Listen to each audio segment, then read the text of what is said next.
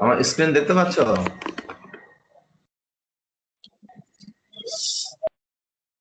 জি sir, দেখা যাচ্ছে। আচ্ছা,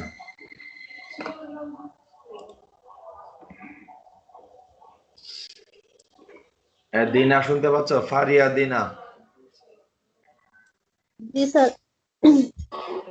মাহমুদা আক্তার, মাহমুদা।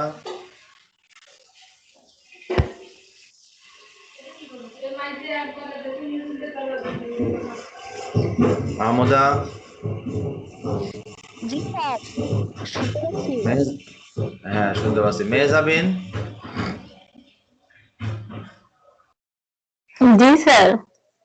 মনীষা। জি স্যার। পলাশ। জি স্যার।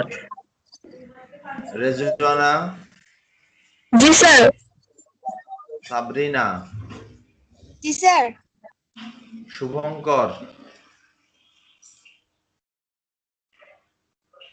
শুভঙ্কর।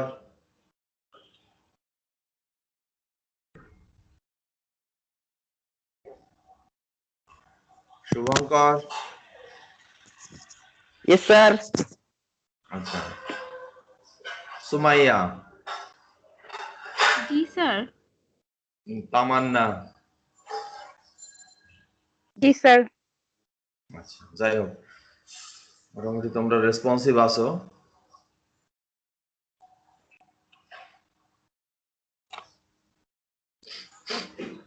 আমরা আরেকটু ওয়েট করি, দেখি কালকের মতন হলেই শুরু করব।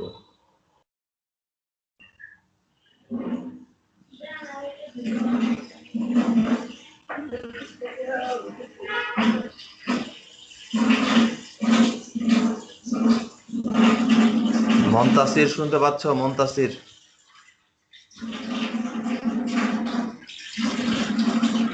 মন্তাসির।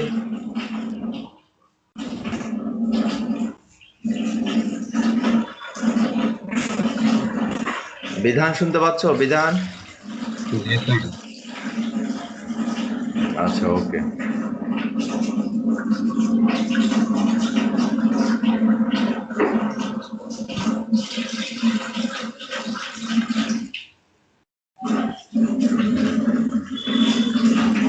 তোমাদের একেবারেই জয়েন করতেছে না এমন কারা কারা আছে ক্লাসে? আবু বকর। স্যার এরকম স্যার কয়েকজন আছে স্যার। এদের কি ঘটনা কি? এরা কি আজীবন এরকমই থাকবে নাকি? স্যার এদের স্যার কানেক্টিভিটি নাই স্যার, এদের নেটওয়ার্কের কভারেজ নাই। কোন জায়গায় কাভারেজ নাই? বাংলাদেশে এমন কোন জায়গা আছে? একটু বাড়ির মধ্যে না হয় জায়গা থাকতে পারে, একটু আশেপাশে বেরোলেই তো ক্লাসে জয়েন করা যায় অডিও দিয়ে।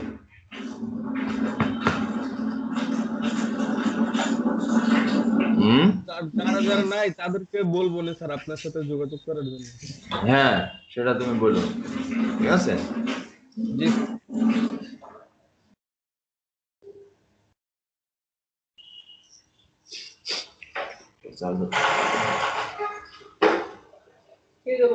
চার্জার।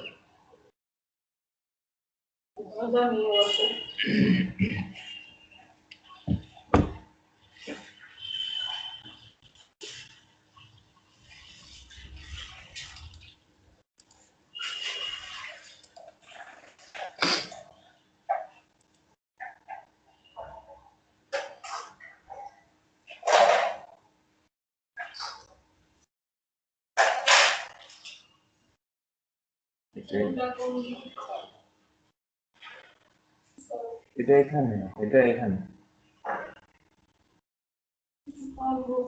কর্নারটা এখানে দাও। হ্যাঁ, ওই টোটালটা নিয়ে আসো। চার্জারটা চার্জারে এসে দাও।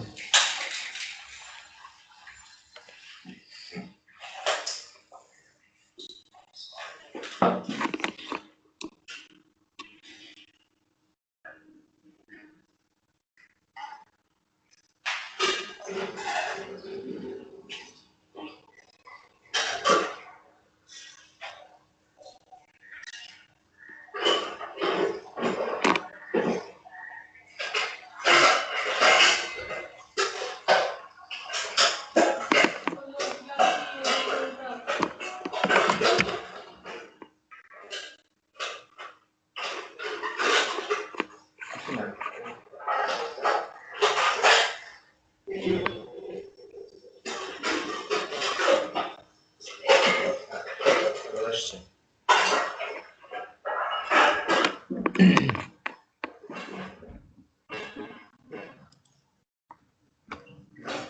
ওকে, আমরা আজকে আমাদের চ্যাপ্টার 2 এর লেকচার শুরু করছি। চ্যাপ্টার 2 হচ্ছে the management environment. Management environment নিয়ে আজকে আমাদের আলোচ্য সূচি।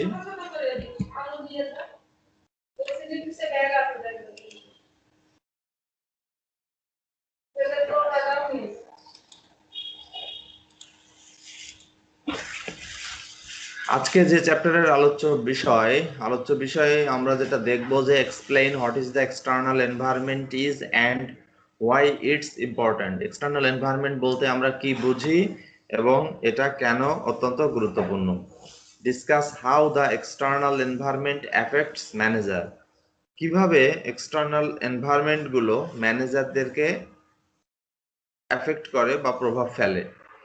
Define what organizational culture is and explain why it's important. Organizational culture কেন গুরুত্বপূর্ণ এটাকে আমরা ডিফাইন করব এবং এটা কেন গুরুত্বপূর্ণ এ সম্পর্কে আজকে আলোচনা হবে। Describe how organizational culture affects manager. কিভাবে অর্গানাইজেশনের কালচার গুলো ম্যানেজারদেরকে এফেক্ট করে সেটা নিয়েও আমরা আজকে আলোচনা করব। প্রথমে আমরা যদি এরকম করে শুরু করি, what does it take to be the number one best e retailer. Best e retailer হতে গেলে হোয়াট ডাজ ইট টেক, কিভাবে একটি কোম্পানি বেস্ট ই রিটেইলার হতে পারে। Zappos.com believes that it is more than just providing a great selection of products, super fast shipping and free returns.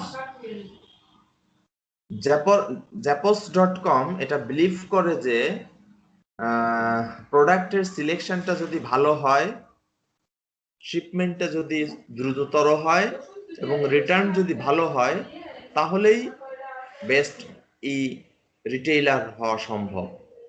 Zappos believes the secret of their success lies in their organizational structure. একটা অর্গানাইজেশনের success নির্ভর করে অর্গানাইজেশনের কালচারের উপরে। As parts of its culture, that is Zappos culture, Zappos advocates 10 corporate values. At the top of that list is deliver wow through service. That is, ওখানে 10টা সার্ভিসের কথা বলা আছে, তার মধ্যে টপে আছে হচ্ছে এমন ভাবে সার্ভিসটা দিতে হবে যেন সেখানে ওয়াও টাইপের ফিলিংসটা।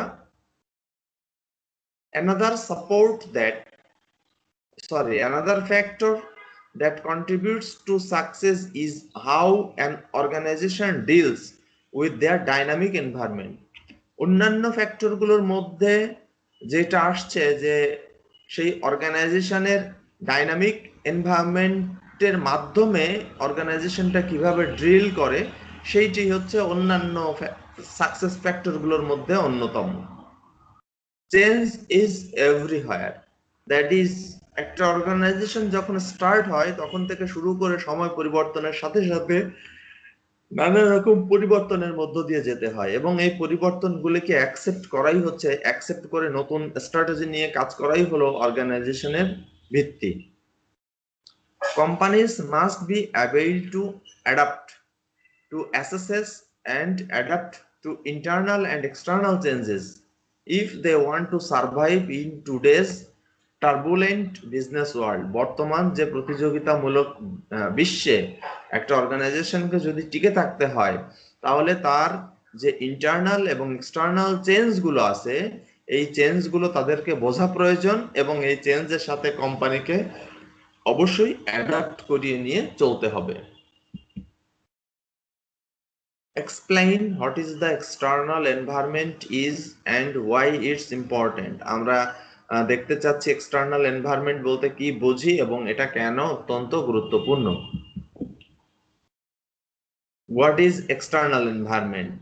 One of the biggest mistakes managers make today is failing to adapt to the changing world. একটু আগে আমরা যেটা বললাম যে এই বিশ্ব পরিবর্তনশীল এবং এই পরিবর্তনশীল বিশ্বে একজন ম্যানেজারের সবথেকে বড় ভুল হয় হচ্ছে এই পরিবর্তনের সাথে ওনাকে পরিবর্তন করতে বা এটাকে অ্যাডাপ্ট করিয়ে নিতে উনি যদি ফেইল করেন তাহলে সেটাই হচ্ছে একজন ম্যানেজারের সবথেকে বড় mistake.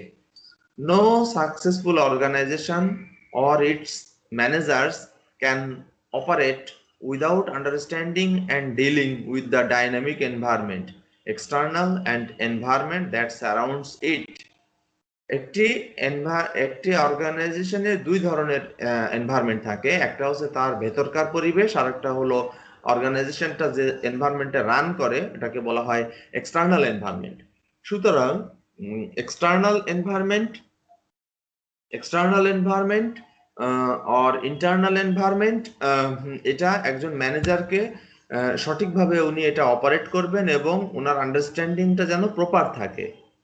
The term external environment refers to factors, forces, situations, and events outside the organization that affects its performance. External environment বলতে আমরা কি বুঝি? বিভিন্ন ধরনের ফ্যাক্টর, বিভিন্ন ধরনের ফোর্স, বিভিন্ন অবস্থা এবং ইভেন্টস আউটসাইড দ্য এনভায়রনমেন্টের বাইরে দ্যাট অ্যাফেক্টস ইটস পারফরমেন্স, যেটা এনভায়রনমেন্টের পারফরমেন্সের উপরে প্রভাব ফেলে। Because of today's global society, বর্তমানের যে গ্লোবাল সোসাইটিতে a volcanic eruption in Iceland in 2010 prevented delivery of auto parts that lead to a shutdown at a BMW plant in South Carolina and a Nissan Motor facility in Japan. এটা হঠাৎ করে একটা external environment volcano আসার ফলে BMW কোম্পানিটি তার auto parts deliver করতে না পারার কারণে এটা শাটডাউন হয়ে গিয়েছিল এবং নিশান মোটরের যে ফ্যাসিলিটি ছিল জাপানে সেটাও বন্ধ হয়ে গিয়েছিল। সুতরাং ইন্টারনাল এনভায়রনমেন্ট যেমন ফ্যাক্টর তেমনি এক্সটার্নাল এনভায়রনমেন্টও কোম্পানিটাকে পরিচালনা করার ক্ষেত্রে আরেকটি গুরুত্বপূর্ণ কম্পোনেন্ট হিসাবে কাজ করে। এক্সটার্নাল এনভায়রনমেন্টের কম্পোনেন্টগুলি মোট হচ্ছে 6টি: economic component, global component, political or legal component, socio cultural component, technological component এবং ডেমোগ্রাফিক্স কম্পোনেন্ট। এই 6টা কম্পোনেন্ট মিলিয়ে আমরা পাই একটি এক্সটার্নাল এনভায়রনমেন্ট। সেই 6টি কম্পোনেন্ট গুলোকে আমরা একটু ধারাবাহিকভাবে বলতে চাই। নাম্বার 1, ইকোনমিক কম্পোনেন্ট কি কি জিনিস ধারণ করে? Interest rate, inflation, changes in disposable income, stock market fluctuations and business cycle stages. That is economic related যত ফ্যাক্টর গুলো আছে সেটা ইকোনমিক কম্পোনেন্ট ধারণ করে। ডেমোগ্রাফিক কম্পোনেন্ট এটা হচ্ছে পপুলেশনের এজ কত, রেস কেমন, জেন্ডার কেমন, এডুকেশন লেভেল কত, জিওগ্রাফিক লোকেশনটা কোথায়, তাদের ইনকাম কেমন এবং তাদের ফ্যামিলি কম্পোজিশন কেমন, তার উপর নির্ভর করে হচ্ছে demographic component. Technological component focuses on scientific and industrial innovation. Scientific এবং ইন্ডাস্ট্রিয়াল ইনোভেশনটাকে ফোকাস করা হচ্ছে technological component. Socio culture component হচ্ছে সোশ্যাল এবং কালচারাল ফ্যাক্টর গুলোকে নিয়ে গঠিত, যেমন social values, attitude, Trends, traditions, lifestyles, beliefs, test, patterns of behaviour. এই সকল সোশ্যাল এবং কালচারাল ফ্যাক্টর গুলোকে নিয়ে গঠিত হয় socio cultural component. Political or legal component, গতকালকে বলেছিলাম যে আমরা অনেক সময় একটি অর্গানাইজেশন সঠিকভাবে রান করতে পারবে কি পারবে না সেটা সেই কান্ট্রির পলিটিক্যাল কন্ডিশনের উপর নির্ভর করে। সেই পলিটিক্যাল কন্ডিশন গুলো হতে পারে ইন্টারনাল অথবা এক্সটার্নাল। তো পলিটিক্যাল আর লিগাল কম্পোনেন্ট সেই একটি কান্ট্রির পলিটিক্যাল কন্ডিশন এবং স্ট্যাবিলিটিটাকে বোঝাচ্ছে। আর global component is associated with globalization and a world economy. বৈশ্বিক যে ইকোনমি এবং গ্লোবালাইজেশনের উপর নির্ভর করে হচ্ছে global component. What role do demographics play? The size and characteristics of a country's population can have a significant effect on what it's able to achieve. একটি company কি achieve করতে পারবে অথবা কি অ্যাচিভ করতে পারবে না, এটা একটি অর্গানাইজেশনের পপুলেশনের সাইজ এবং বিভিন্ন ধরনের ক্যারেক্টারিস্টিক্স এর উপর নির্ভর করে। সেটা কেমন? একটি হতে পারে অর্গানাইজেশনের একটি কান্ট্রির পপুলেশনের মেজর এজ কেমন, তাদের ইনকাম লেভেল কত, তাদের সেক্স রেশিও কেমন, তাদের রেস, তাদের educational level, ethnic makeup, environment, employment status and geographic location, এই সকল ফ্যাক্টরগুলোর উপরে আমাদের একটি অর্গানাইজেশন কেমন ভাবে পরিচালিত হবে সেটা নির্ভর করে। What role do demographics play? Additionally, the size and characteristics of a country's population can have a significant effect on what it can achieve. The population size এবং characteristics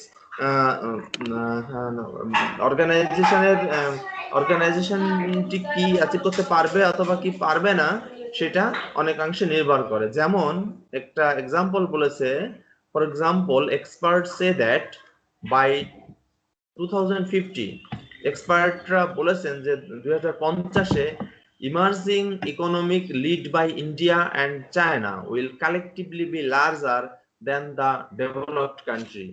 চায়না এবং ইন্ডিয়ার যে ইকোনমিক গ্রোথ হবে সেটা সকল developed কান্ট্রির তুলনায় বেশি হবে। Also, small European nations with low birth rates, European নেশনের যে সকল কান্ট্রিগুলোতে লো বার্থ রেট আছে, যেমন Austria, Belgium, Denmark, Norway and Sweden, আর expected to drop of the list of the 30 biggest economy. তাদের যে ইকোনমি, তাদের বার্থ রেট সীমিত হওয়ার কারণে তাদের ইকোনমিটা ড্রপ করবে, এটা একটা স্টাডিতে দেখানো হয়েছে। সুতরাং পপুলেশনের সাইজ এবং ক্যারেক্টারিস্টিক্স এর উপরে টোটাল অর্গানাইজেশনটা কেমন ভাবে চলবে বা সেই কান্ট্রির অর্গানাইজেশন কেমন ভাবে চলবে সেটা অনেকাংশে নির্ভর করে। How the external environment affects managers. External environment ম্যানেজারদের উপর এক্সটার্নাল এনভায়রনমেন্টটা কেমন ভাবে এফেক্ট করবে সেটা আমরা এখন দেখতে চাই। One of the important organizational factor affected by changes in the external environment is jobs and employment. External environment ম্যানেজারসদেরকে এফেক্ট করে মেইনলি দুটো বিষয়ের উপরে, তাদের চাকরির উপরে এফেক্ট ফেলে এবং এমপ্লয়মেন্টের উপরে এফেক্ট ফেলে। For example, economic downturns results in higher unemployment. যদি ইকোনমি ডাউনের দিকে যায় তখন সেখানে অধিকাংশ জায়গাগুলোতে আনএমপ্লয়মেন্ট তৈরি হয় and place constraints on staffing and production quotas for managers. সেখানে নানান রকম যত ধরনের স্টাফ কাজ করেন সেই স্টাফের সংখ্যা কমিয়ে আনতে হয় এবং প্রোডাকশনও সেখানে কমে আসে।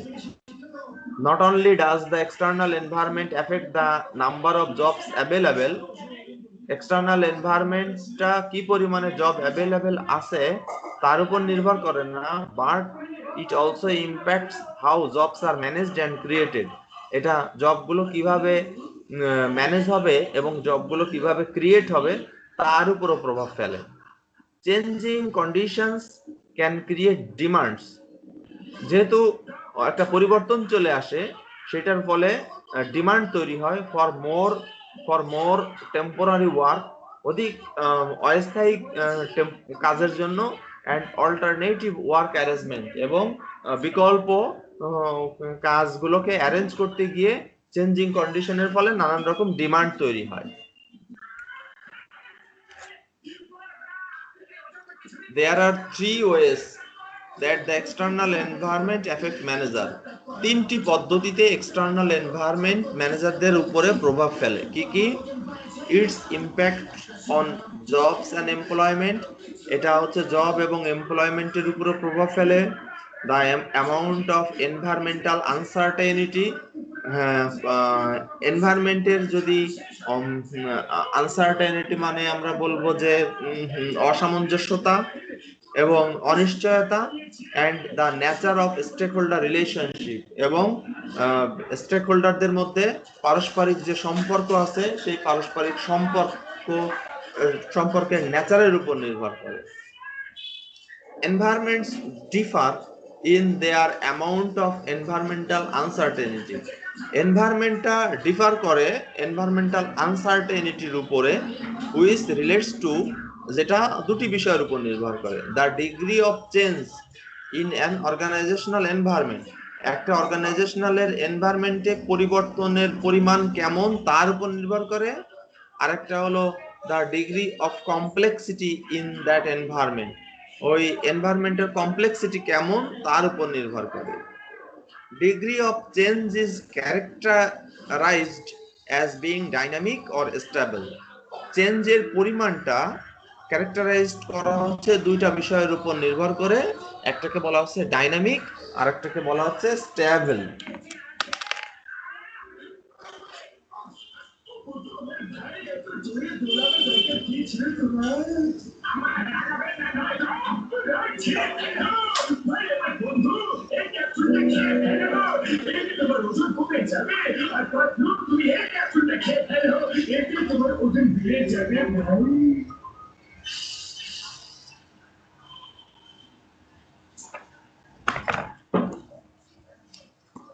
ডিগ্রি অফ চেঞ্জ, আমাদের পরিবর্তনের যে মাত্রা, এটাকে আমরা দুইটি প্যারামিটারের উপর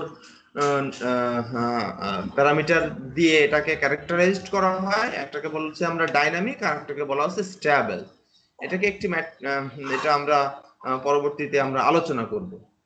as external environmental condition change, যেহেতু এক্সটার্নাল এনভায়রনমেন্টের অবস্থা পরিবর্তন হয়, managers face the impact of this changes on jobs and employment. ম্যানেজাররা সেই পরিবর্তনের ফলাফলটা জব এবং এমপ্লয়মেন্টের উপরে ইম্প্যাক্টটা ওনারা ফেস করেন। such readjustments create challenges for managers. এই যে পরিবর্তনের ফলে ম্যানেজারদেরকে অনেক ধরনের রিঅ্যাডজাস্টমেন্ট করতে হয়। who must balance work demands, কাজের যে ডিমান্ড গুলো আছে সেই ডিমান্ড গুলোর উপরে একটা ব্যালেন্স তৈরি করতে হয়, with having enough people with the right skill to do the organization works. সঠিক পিপলকে সঠিক স্কিল অনুযায়ী অর্গানাইজেশনের মধ্যে কাজগুলো করতে হয়। Changes in external conditions not only affect the types of jobs, external condition পরিবর্তনের ফলে সেটা শুধুমাত্র যে জবের উপরই প্রভাব ফেলে তা নয়, but they also affect how jobs are created and managed, কিভাবে জবগুলো তৈরি হয় এবং ম্যানেজ হয় তার উপরও নির্ভর করে। এখানে আমরা একটি ম্যাট্রিক্স দেখতে পাচ্ছি, যেটা আমি প্রিভিয়াস স্লাইডে বলে আসছিলাম যে দুই ধরনের নেচার আছে, একটা হচ্ছে স্টেবল আর একটা হচ্ছে ডাইনামিক। এটা আনসার্টেনিটিটা দুই ধরনের কাজের উপর নির্ভর করে, জবটা কি সিম্পল নাকি কমপ্লেক্স তার উপরে। সুতরাং এখানে আমরা দেখতে পাচ্ছি 2x2 একটি ম্যাট্রিক্স।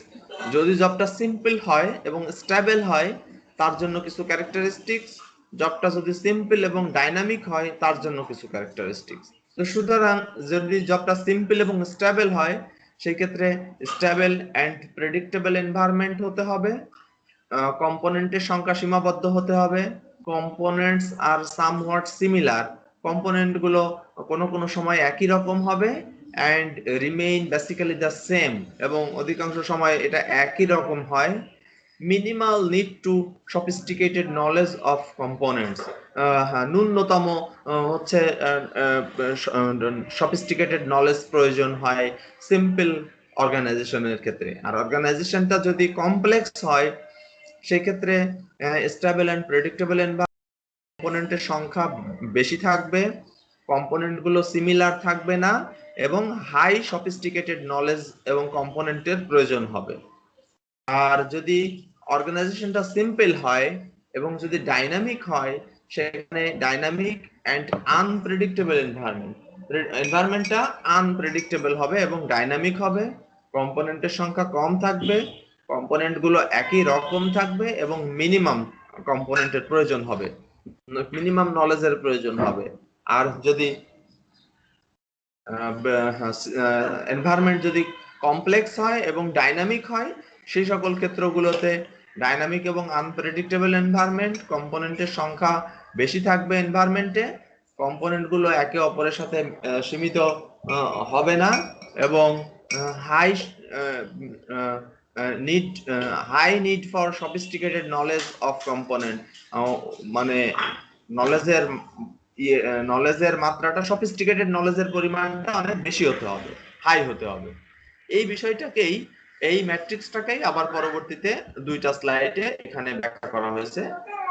অ্যাক্সেসিং এনভায়রনমেন্টাল আনসার্টেনিটি, এটা তোমরা নিজেরাই পড়বা, লাস্ট দুইটা স্লাইড।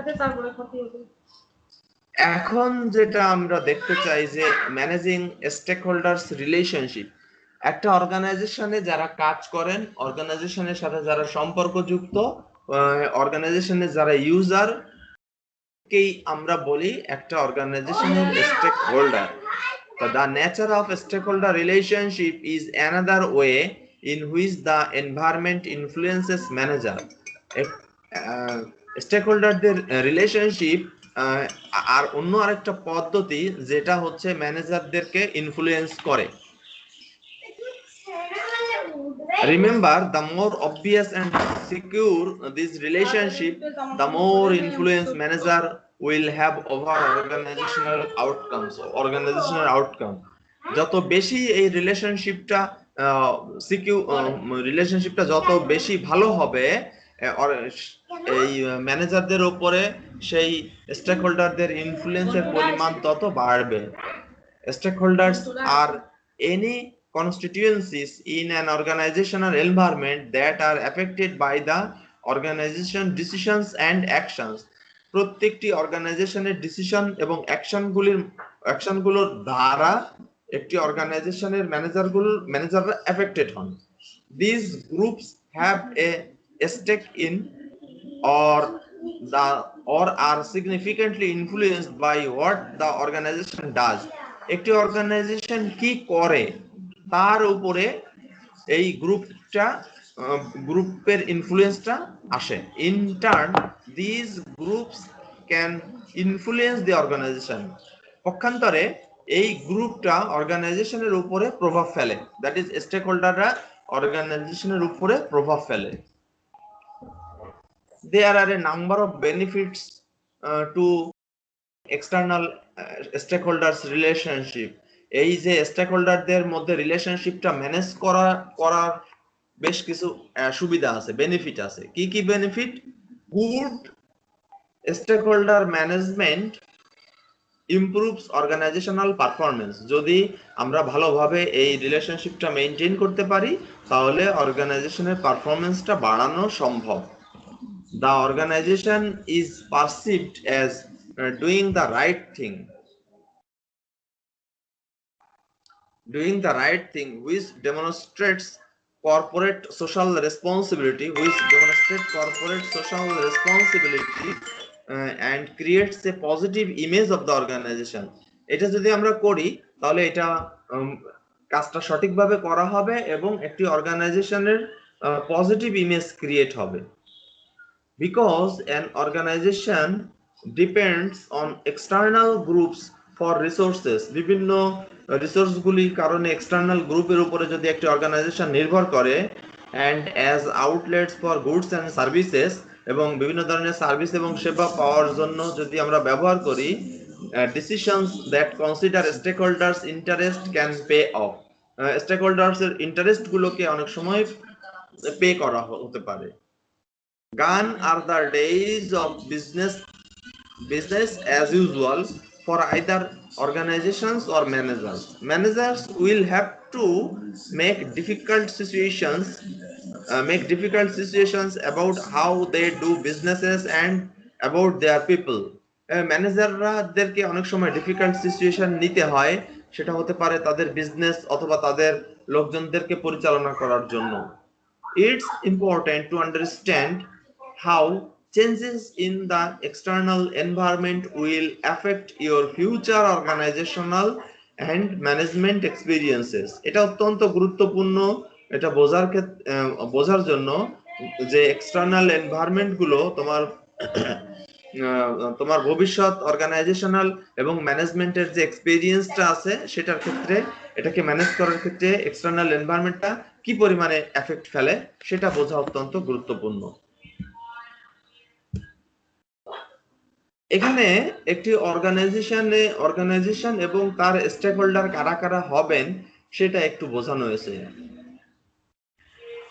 অর্গানাইজেশনের স্টেক হোল্ডার হতে পারেন এমপ্লয়িরা হবেন, কাস্টমাররা হবেন, social and political action group হবেন, কম্পিটিটর যারা আছে তারা হতে পারে, ট্রেড অ্যান্ড ইন্ডাস্ট্রি অ্যাসোসিয়েশনস হতে পারে, গভর্নমেন্টস হতে পারে, মিডিয়া হতে পারে, সাপ্লায়ার্স হতে পারে, কমিউনিটিস যারা আছেন তারা হতে পারেন, শেয়ার হোল্ডার যারা আছেন, ইউনিয়ন যারা আছেন। সুতরাং একটা অর্গানাইজেশনের সাথে সম্পর্কযুক্ত যত ধরনের পিপল আছে সবাইকেই আমরা বলতে পারি সেই অর্গানাইজেশনের stake holders.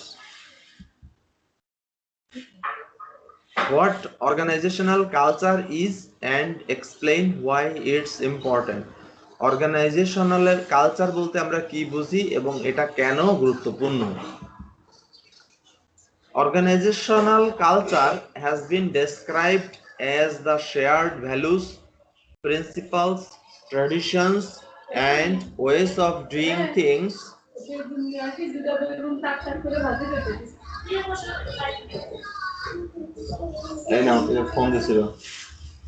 Organizational culture has been described. Organizational culture-টা বর্ণনা করা হতে পারে শেয়ার্ড ভ্যালুস এর মাধ্যমে, প্রিন্সিপালস এর মাধ্যমে, বিভিন্ন ধরনের ট্র্যাডিশনের মাধ্যমে, and ways of doing things এবং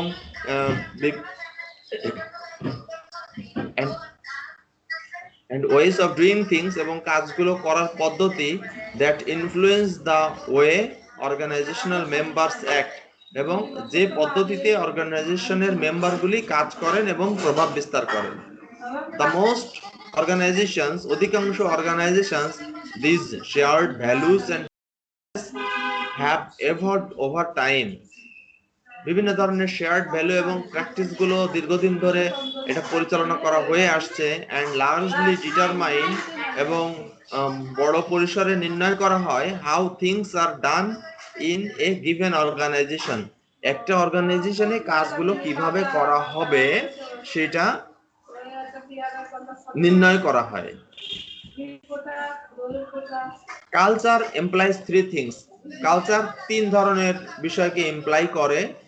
This is how things are done around here. কিভাবে এই কাজগুলো করা হয় সেই তিনটা বিষয়গুলো এখানে তোমরা সিরিয়ালটা ঠিক করো 1 2 3। Culture is a perception. Culture হচ্ছে এক ধরনের উপলব্ধি that cannot be physically touched or seen, যেটাকে ফিজিক্যালি আমরা টাচ করতে পারি না অথবা দেখতে পারি না, but is perceived based on what employees experience within the organization. কিন্তু এটা উপলব্ধি করা হয় এমপ্লয়ির একটা অর্গানাইজেশনের এমপ্লয়ির এক্সপেরিয়েন্সের উপর ভিত্তি করে। Organizational culture is concerned with how members perceive or describe the culture. একটি অর্গানাইজেশনের কালচার এই বিষয়ের সাথে সম্পর্কযুক্ত যে তার মেম্বাররা কিভাবে তাদের কালচারটা উপলব্ধি করেন এবং বর্ণনা করেন, not with whether they like it, তারা এটা পছন্দ করুক আর না করুক। Employees tend to describe the organization culture in similar terms. Employee যারা আছেন তারা অর্গানাইজেশনাল কালচারগুলোকে একই রকম ভাবে, একই রকম পদ্ধতিতে বর্ণনা করেন রিগার্ডলেস অফ দেয়ার ব্যাকগ্রাউন্ড, তাদের ব্যাকগ্রাউন্ড টাকে বাদ রেখে or they work at different organizational levels, অথবা তারা একটি অর্গানাইজেশনের বিভিন্ন লেভেলে তারা কাজ করেন।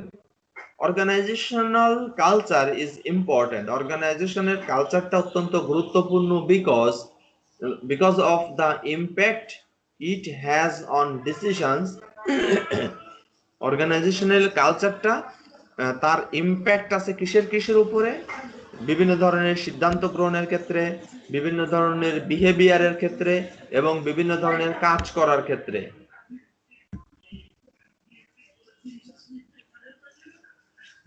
এখন যেটা বলছে যে একটি অর্গানাইজেশনের কালচারটা তখনই সাকসেস হবে যখনই আমরা এমন ভাবে সার্ভিসটা দিব সেই সার্ভিসটাতে যেন প্রত্যেকে স্যাটিসফাইড হয়।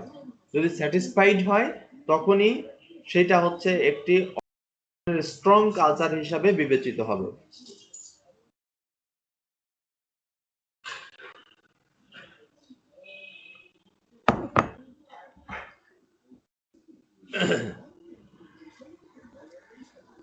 How can culture be accessed?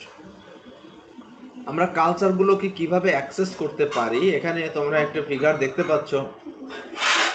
প্রথমত অর্গানাইজেশনাল কালচার গুলো অ্যাক্সেস হতে পারে 7 কম্পোনেন্টের মাধ্যমে।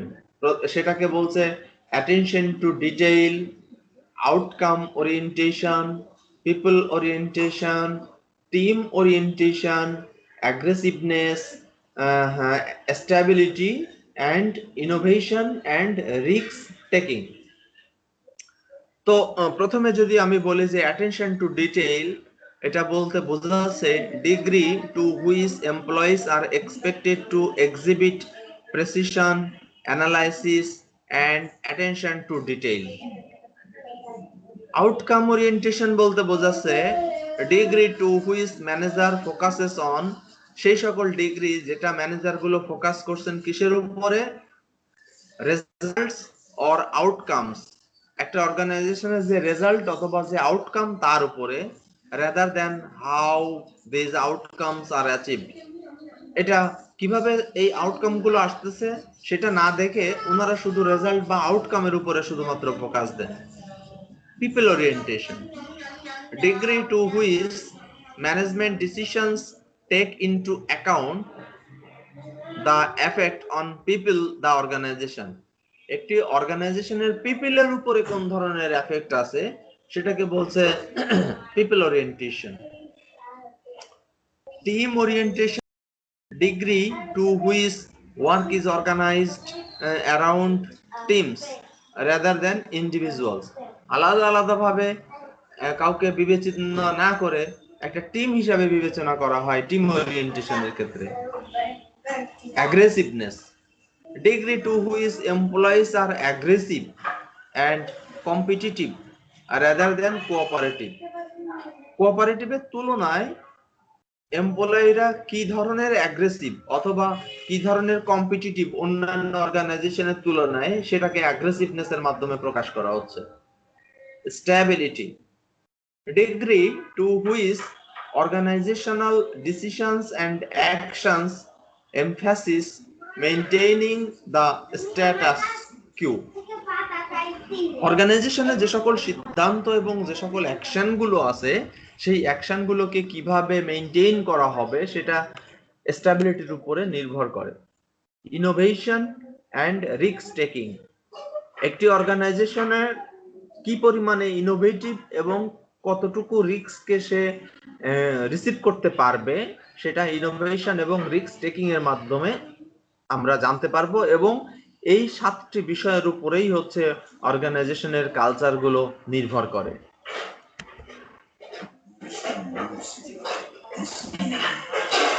These dimensions range from low to high। আমরা যে ডাইমেনশন গুলোর কথা একটু আগে আলোচনা করলাম এটা লো থেকে শুরু করে হাই পর্যন্ত হতে পারে। ইন মেনি অর্গানাইজেশন, অধিকাংশ অর্গানাইজেশনে one cultural dimension is emphasised more than the orders. Cultural dimension গুলো অর্ডারের তুলনায় অনেক বেশি গুরুত্ব দেওয়া হয়, and essentially shapes both the organization's personality and the way organizational members work.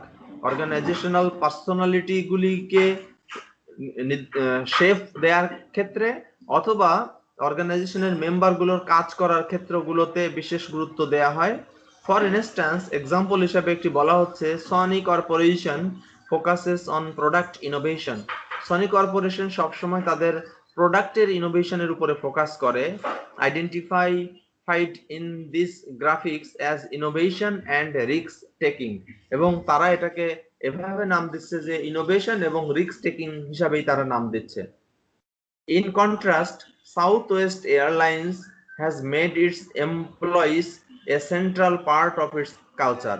এমপ্লয়ীদেরকে তারা হচ্ছে কালচারের মেইন পার্ট হিসাবে দেখছে। Illustrated on this graphics as people orientation, তারা নাম দিচ্ছে যে পিপল ওরিয়েন্টেশন, দ্যাট ইজ তাদের যারা এমপ্লয়ি সেই দিকেই তাদের focus. which the company shows by how it treats its employees. কোম্পানিটি কিভাবে তার এমপ্লয়ীদেরকে ট্রিট করছে এটার উপরে তাদের ফোকাস। সুতরাং এক এক কোম্পানির কালচারের এক এক ধরনের focus.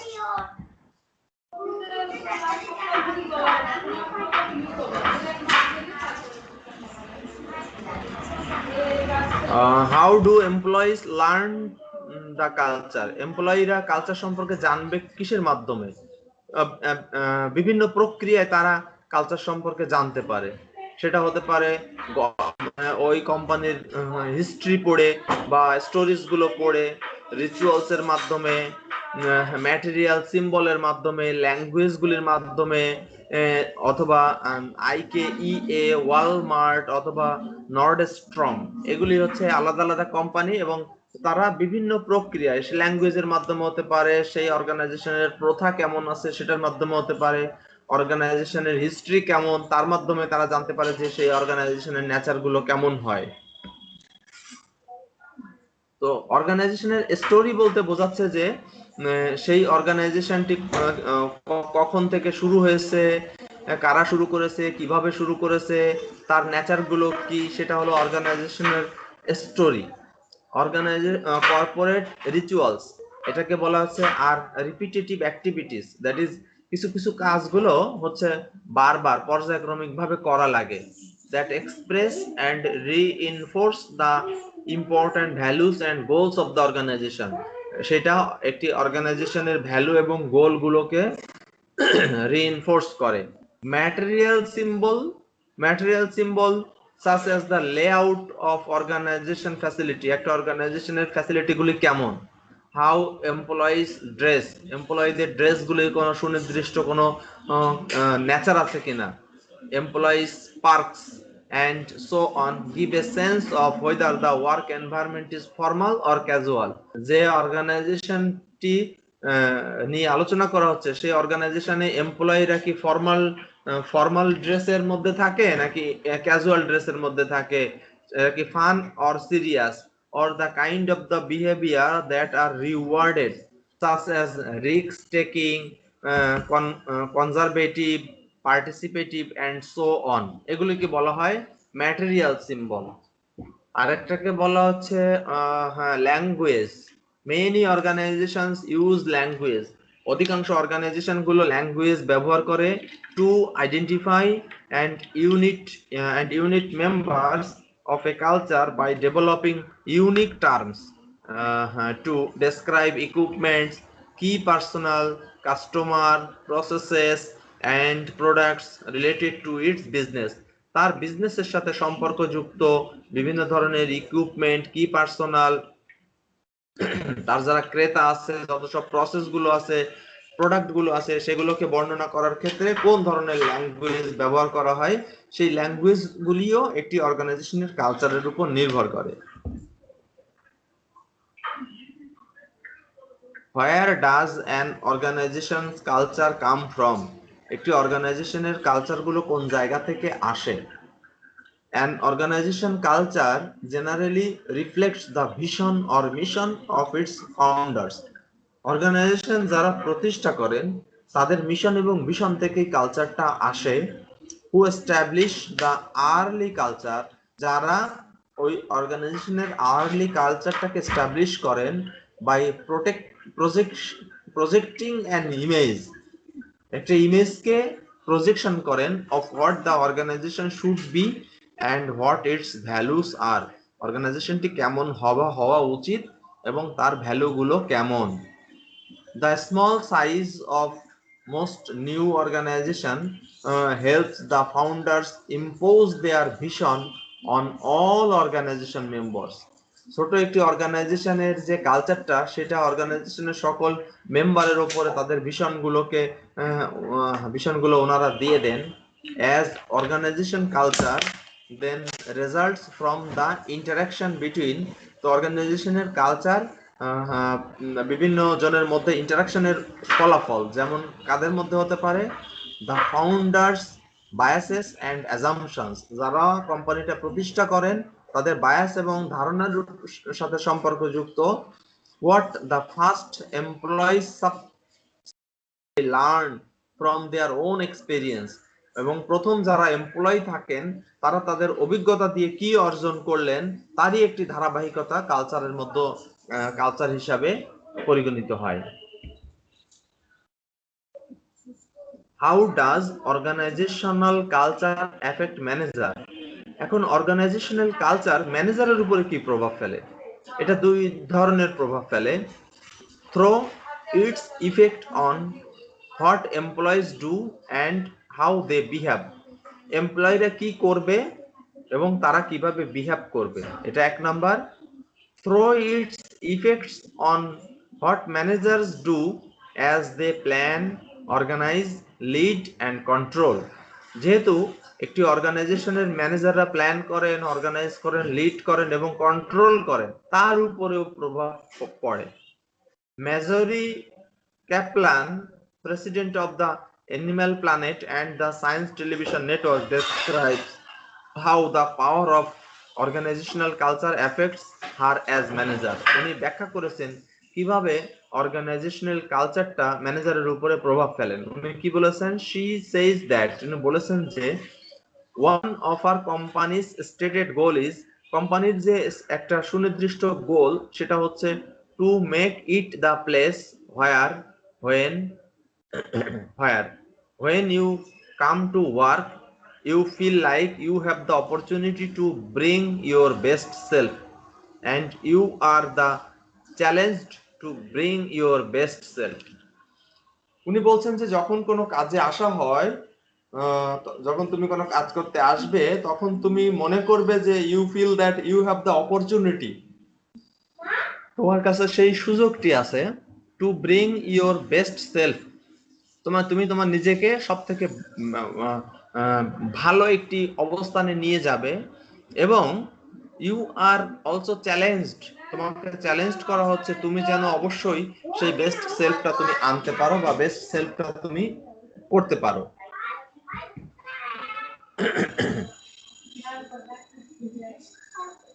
How does culture effect what managers do, what employees do, একটা অর্গানাইজেশনে যারা এমপ্লয়ি থাকে তাদের উপরে কালচার কি প্রভাব ফেলে?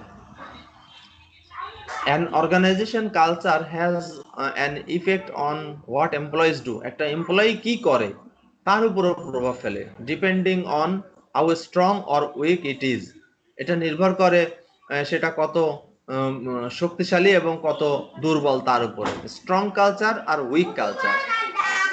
Strong culture those in which the key values are deeply held, কি ভ্যালুগুলোকে যথাযথভাবে ধরে যদি রাখা হয় অ্যান্ড ওয়াইডলি শেয়ার্ড, এবং সেটা যদি ব্যাপকভাবে শেয়ার করা হয়, have a greater influence on employees, এমপ্লয়ীদের উপরে একটি বড় প্রভাব পড়ে than weaker culture do, weak কালচারের তুলনায় স্ট্রং কালচার এমপ্লয়ীদের উপরে স্ট্রং এফেক্ট পড়ে।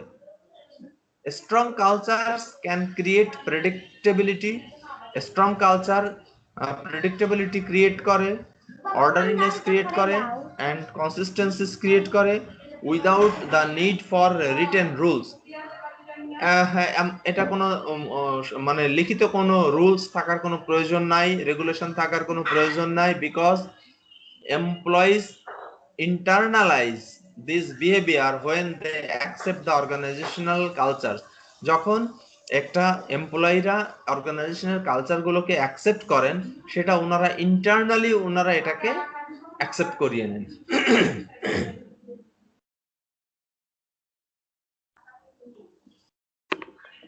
হাউ অর্গানাইজেশনাল কালচার এফেক্ট, ম্যানেজারদের উপরে অর্গানাইজেশনাল কালচার কিভাবে এফেক্ট করে সেটা এখানে কয়েকটা ফিগার দেখানো হচ্ছে, যে ডিসকাশন হতে পারে, কোনো ইম্পর্টেন্ট সিচুয়েশনে আলোচনা হতে পারে, ডিফিকাল্ট সিচুয়েশনে কিভাবে ওভারকাম করতে হবে, এগুলি সবই ম্যানেজারের উপরে এই এফেক্ট গুলো এসে পড়ে। অর্গানাইজেশনের কালচার, এক এক অর্গানাইজেশনের কালচার এক এক রকম। কোনো মিটিং এর মাধ্যমে কোনো সমাধান হতে পারে, কোনো ইমার্জেন্সি সিচুয়েশন হতে পারে, এটা ডিপেন্ড করে কিভাবে অর্গানাইজেশনটি পরিচালিত হচ্ছে তার উপরে।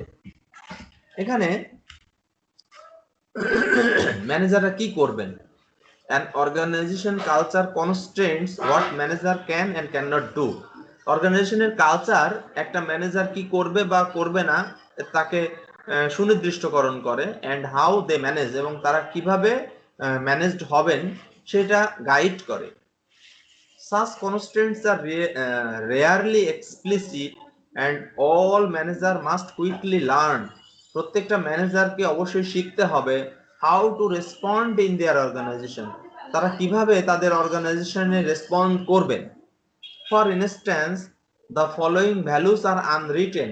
কিছু কিছু ভ্যালু গুলো লেখা থাকে না, but comes from a real organization, কিন্তু একটি অর্গানাইজেশনে কাজ করতে গেলে এগুলি আসে। কি কি আসে?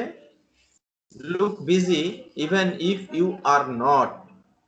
ম্যানেজারকে এমন সব সময় রাখতে হবে বা থাকতে হবে যেন মনে হবে যে উনি সব সময়ের জন্য ব্যস্ততার মধ্যে আছেন, যদিও উনি কখনো কোনো সময় ফ্রি থাকেন।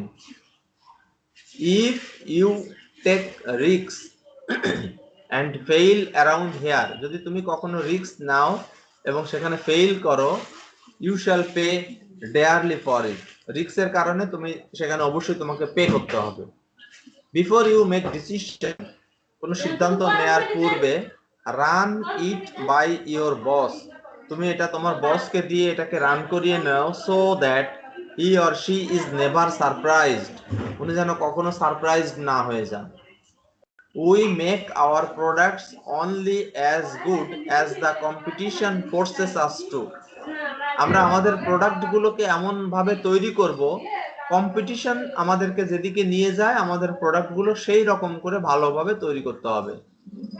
What made us successful in the past will make us successful in the future. আমাদের পূর্বে আমরা যেভাবে সাকসেস হয়েছিলাম ঠিক একই প্রক্রিয়ায় আমরা যেন ভবিষ্যতে সাকসেস হই। If you want to get to the top here, you have to be a team player. যদি তুমি কখনো টপে পৌঁছাতে চাও সেখানে তুমি একজন টিম প্লেয়ার হিসেবে কাজ করবে।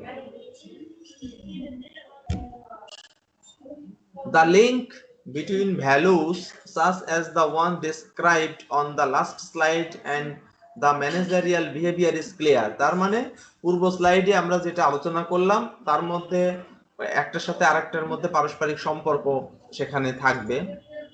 If an organizational culture supports the belief that, যদি একটি অর্গানাইজেশনের কালচার গুলোর বিলিফটা এমন হয় যে profits can be increased by cost cutting, খরচ কমিয়ে যদি প্রফিট বাড়ানো সম্ভব হয়, and that the company's best interest are served,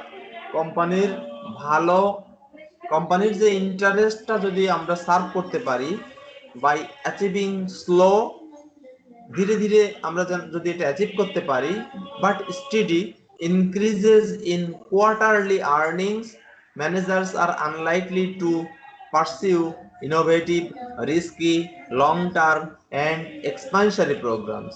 এরকম যদি হয় তখন ম্যানেজাররা অবশ্যই ইনোভেটিভ প্রোগ্রাম হাতে নেবেন, ওনারা মাঝে মাঝে ওনাদের রিস্ক নিতে হবে, লং টার্ম এবং ওনাদের যে প্রোগ্রামে ওনারা কাজ করেন সেই প্রোগ্রামটাকে ধাপে ধাপে ওনারা যেন বাড়ান। In an organization where culture conveys a basic distrust of employees, একটি অর্গানাইজেশনে যেখানে এমপ্লয়িরা পারস্পরিক অবিশ্বাস বিরাজমান, managers are more likely to use an authoritarian leadership style rather than a democratic one. যদি পারস্পরিক কোনো অবিশ্বাস থাকে সেই সকল ক্ষেত্রে ম্যানেজাররা অবশ্যই একজন দায়িত্বশীল লিডারশিপের স্টাইল নিয়ে উনি আগাবেন, সেখানে ডেমোক্রেটিক নেচারটাকে উনি প্রদর্শন করবেন না, সেটা বোঝাচ্ছে। Managerial decisions affected by culture, managerial decision গুলো কালচারের মাধ্যমে এফেক্ট হয়, এটা চারটা অংশের উপর নির্ভর করে। একটা হলো planning, the degree of task that plan should contain, কি ধরনের কাজ থাকবে, কি ধরনের রিস্ক থাকবে সেটা প্ল্যানের মধ্যে থাকবে। whether plan should be developed by individuals or team, plan গুলো কি আলাদা আলাদা ব্যক্তিবর্গ ডেভেলপ করবেন নাকি টিমে ডেভেলপ হবে। The degree of environmental scanning in which management will engage, the degree of environmental scanning, that is environmental scanning এর মাত্রাটা কেমন হবে, যেটার মাধ্যমে ম্যানেজমেন্টটা তার যেটাতে ম্যানেজমেন্ট ইনক্লুড থাকবে। Organizing, how much autonomy should be assigned into employees job, এমপ্লয়ির কাজে কি ধরনের অটোনমি অ্যাসাইন করা থাকবে, উনি নিজে নিজে কাজ করতে সক্ষম হবেন, এটা অর্গানাইজিং এর মধ্যে থাকবে। whether tasks should be done by individual or team, কাজগুলো কি টিমে অথবা আলাদা আলাদা করে হবে সেটা নির্ধারণ করা থাকবে। the degree to which department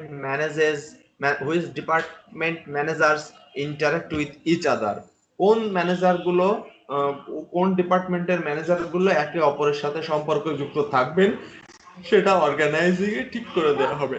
leading, the degree to which managers are concerned with increasing employees job satisfaction, সেই সকল ডিগ্রি ম্যানেজারদের, সে সকল ডিগ্রি যে ডিগ্রির উপর নির্ভর করে যে ওনাদের জব স্যাটিসফ্যাকশনটা বাড়ছে না কমছে তার উপর। what leadership style are appropriate, কোন লিডারশিপ প্রসেসটা যথোপযুক্ত। whether all disagreements, even constructive ones, should be eliminated, অনেক ধরনের ডিসএগ্রিমেন্ট থাকতে পারে, তো কোনগুলি কনস্ট্রাকটিভ আর কোনগুলো কনস্ট্রাকটিভ নয়, কোনগুলোকে বাদ দেওয়া প্রয়োজন, সেটা এখানে লিডিং এর মধ্যে আসবে। আর controlling, whether to impose external control or to allow employees to control their own action, এমপ্লয়িরা কি নিজেরা নিজেদের কাজগুলোকে কন্ট্রোল করবে নাকি এক্সটার্নাল কন্ট্রোল থাকবে। what criteria should be emphasized, কোন ধরনের ক্রাইটেরিয়া গুলোকে এমফাসিস দেওয়া প্রয়োজন, জোর দেওয়া প্রয়োজন পারফরম্যান্স এভালুয়েশনের ক্ষেত্রে। what repercussions will occur from exceeding one's budget, একজনের বাজেট যদি এক্সিড করে যায় সেই ক্ষেত্রে কোন ধরনের রিপারকেশন হওয়া প্রয়োজন, এটা কন্ট্রোলিং এর মাধ্যমে নির্ধারিত হবে। এখানে তোমাদের কয়েকটা জাস্ট কোশ্চেন দেওয়া আছে, জাস্ট ফর ইওর নলেজ। সুতরাং আজকে আমাদের চ্যাপ্টার 2 শেষ হলো। প্রথমে আমি হচ্ছে আবু বক্কর। জি স্যার। আমাদের যে এনভায়রনমেন্ট নিয়ে আমরা যে আলোচনা করলাম, দ্যাট ইজ ম্যানেজমেন্ট এনভায়রনমেন্ট, তুমি ম্যানেজমেন্ট এনভায়রনমেন্ট বলতে কি বুঝলে এটা একটু ব্যাখ্যা করো।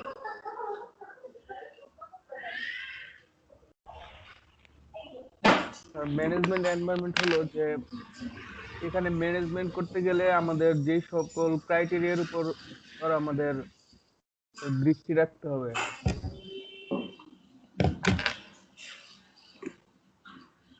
হ্যালো হ্যালো, হ্যাঁ বকর বলো। জি স্যার। আর আমাদের ম্যানেজ করতে গেলে যে সকল ক্রাইটেরিয়া গুলো আমাদের দেখতে হবে স্যার, যেমন আমাদের এমপ্লয়ীদের কিরকম তাদের যে যোগাযোগ ব্যবস্থা, তারপর আমাদের অফিসের কিরকম পরিবেশ আছে, তাদের কালচার কিরকম,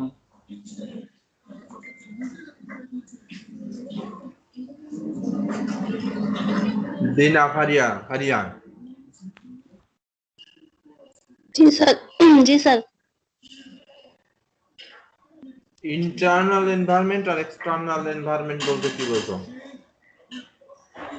ইন্টারনাল এনভায়রনমেন্ট হচ্ছে অর্গানাইজেশনের ভিতরে যেই সব ফ্যাক্টর গুলো অর্গানাইজেশনের পারফরম্যান্স কে এফেক্ট করে, আর এক্সটার্নাল হচ্ছে অর্গানাইজেশনের বাইরে যেই সব ফ্যাক্টর গুলো এফেক্ট করে অর্গানাইজেশন।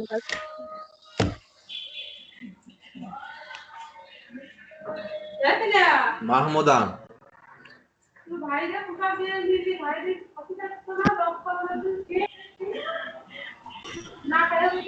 মাহমুদা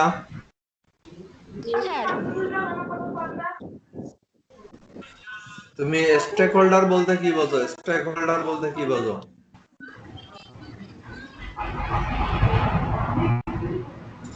স্যার এটা হচ্ছে একটা কনস্টিটিউয়েন্সিস একটা অর্গানাইজেশনের পরিবেশ তৈরি করার জন্য একটা স্যার এটা অর্থটাই বুঝতে পারছি না। কোনটা কোনটা?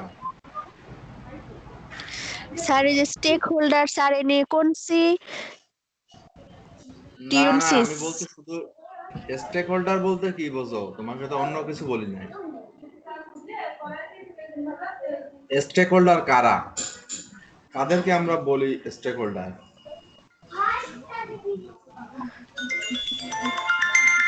স্যার দাঁড়াও একটা অর্গানাইজেশনের আসসালাম আতিশা, ভালো আছেন? হ্যাঁ ভালো আছি, বলেন।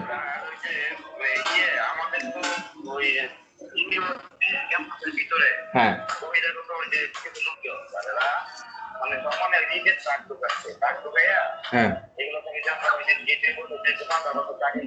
হ্যাঁ হ্যাঁ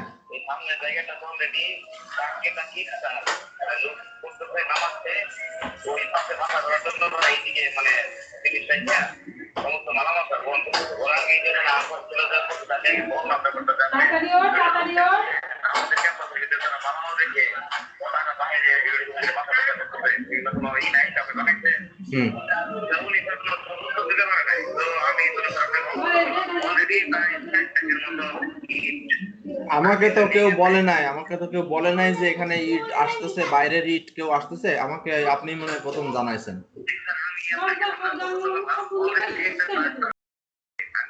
এটা বাইরের মানে দ্যাট ইজ আমাদের ভেতর থেকে তারা এই কাজ করতেছে, তাই তো?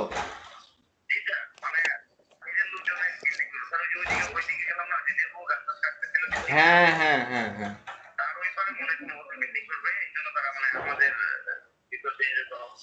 আচ্ছা আচ্ছা, দেখি আমি আমাদের না না, আমি তো জানিই না, আমাকে কেউ বলেও নাই। দেখি আমি আমাদের যে সিকিউরিটি অফিসার আছে রামিন, তাকে বলছি। হ্যাঁ দেখছি। ওকে। এই মাহমুদা, স্যার স্টেক হোল্ডার হচ্ছে এমপ্লয়ার, কাস্টমার স্যার তারা।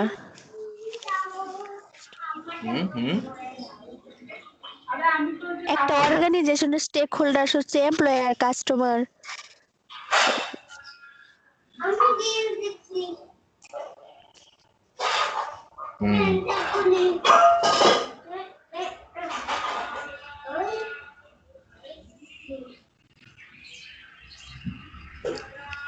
শুধু কাস্টমার না, নানা রকম তোমার নানান ধরনের হচ্ছে নানা রকমের শেয়ার হোল্ডার থাকতে পারে। এমপ্লয়ি হতে পারে, ইন্টারনাল মেম্বার হতে পারে, এক্সটার্নাল মেম্বার হতে পারে, পলিটিক্যাল ফ্যাক্টর গুলো হতে পারে। নানান রকম বিষয়গুলিকেই আমরা বলতে পারি স্টেক হোল্ডার। হ্যাঁ জি স্যার।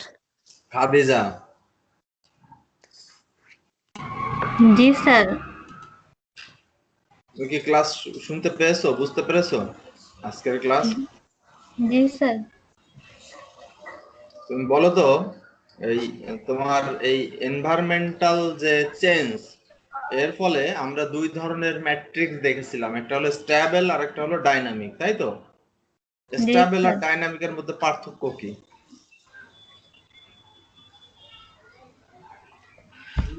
স্টেবল হচ্ছে যে সব সময় যে একই এনভায়রনমেন্ট থাকবে, আর ডাইনামিক হচ্ছে যে এনভায়রনমেন্ট চেঞ্জ হবে। সময় পরিবর্তনের সাথে সাথে এটা চেঞ্জ আসবে, তাই তো? চেঞ্জ হবে। এখানে কি তোমার কম্পোনেন্টের সংখ্যা সিম্পলের ক্ষেত্রে কেমন থাকে আর কমপ্লেক্সের ক্ষেত্রে কেমন থাকে? নাকি দেখেছো? হ্যাঁ বলো, স্টেবলের ক্ষেত্রে কেমন, সিম্পলের ক্ষেত্রে কেমন থাকে আর কমপ্লেক্সের ক্ষেত্রে কেমন থাকে? স্যার সিম্পলের ক্ষেত্রে দেখা যায় যে একই রকম বা একই রকম থাকে, আর না না, কমপ্লেক্স কম্পোনেন্টের সংখ্যা তোমার কম না বেশি সেটা বলছি। স্যার কম থাকে, আর কমপ্লেক্সের ক্ষেত্রে বেশি থাকে। বেশি থাকে। ঠিক আছে, এরপরে হলো কে? মুনতাসির রিশাদ। এই আবু বক্কর, জি স্যার। ক্লাস যখন স্টার্ট হয় তখন ছিল 15 জন, আর এখন 9 জন কেন?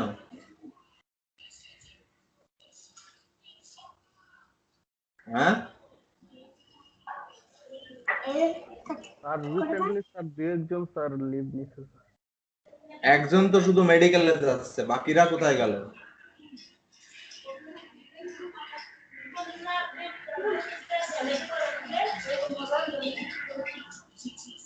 মুনতাসির,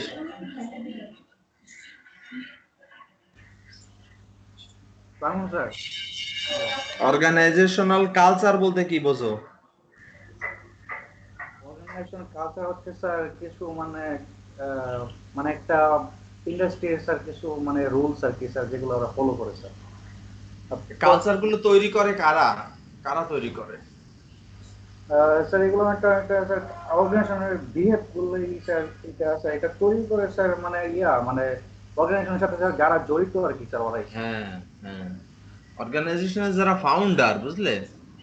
জি স্যার। অর্গানাইজেশনের যারা ফাউন্ডার, সেই ফাউন্ডাররা হচ্ছে তোমার এই অর্গানাইজেশন কালচারটা ক্রিয়েট করে। অর্গানাইজেশনের কালচারটাকে স্টার্ট করে, তারপরে ধীরে ধীরে পরিবর্তনের মধ্য দিয়ে কালচারটা এস্টাবলিশ হয়। পলাশ, জি স্যার। পলাশ বলো তো, যে তোমার কোথায়, তোমাকে কি জিজ্ঞাসা করি, দাঁড়াও। ডেমোগ্রাফিক বলতে কি বোঝো? ডেমোগ্রাফিক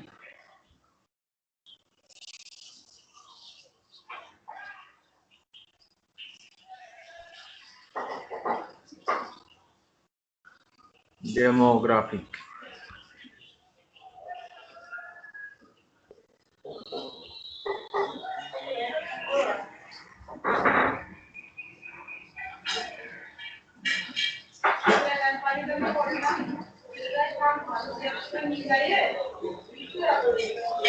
পারবা না? হ্যালো। পারবা না? স্যার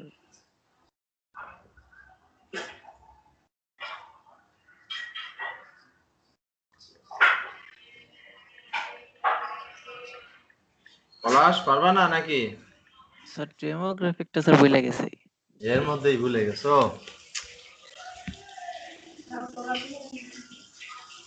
ইকোনমিক ফ্যাক্টর বলতে কি বোঝো? ইকোনমিক ফ্যাক্টর,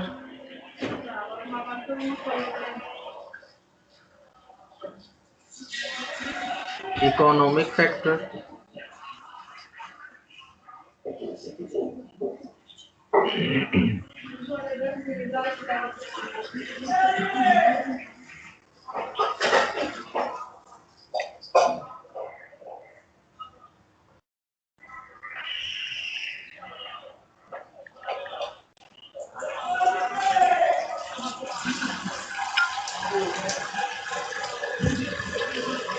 পলাশ, জি স্যার। বুঝতে পারছো না? সাবরিনা, সাবরিনা সুলতানা। জি স্যার। বলো ইকোনমিক বলতে কি বোঝা যায়?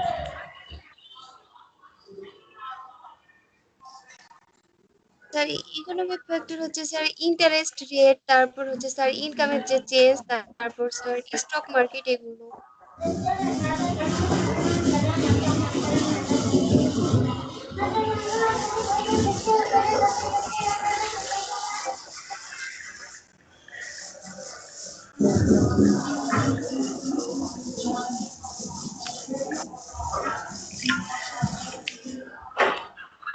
শুভঙ্কর, জি স্যার। শুভঙ্কর, সোশিও কালচারাল বলতে স্যার। কি বোঝো? সোশিও কালচারাল ফ্যাক্টর,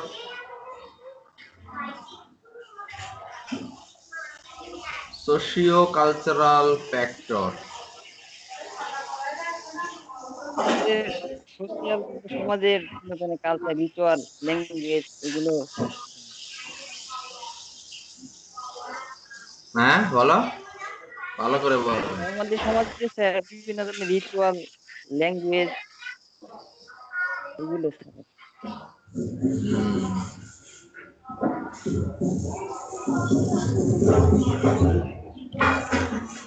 তাহলে ঠিক আছে, আজকে আমাদের ক্লাস এখানে আমরা শেষ করি।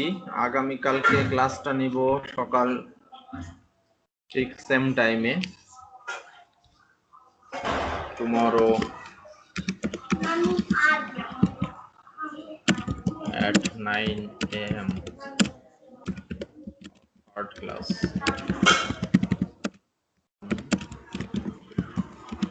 Chapter 3 SRM. তাহলে আগামীকালকে হচ্ছে 3 নাম্বার ক্লাস চ্যাপ্টার 3 এর উপরে HRM নিয়ে আলোচনা হবে, ঠিক আছে? তোমরা সবাই ভালো থাকো। হ্যাঁ, সবাই ভালো থাকো। ওকে।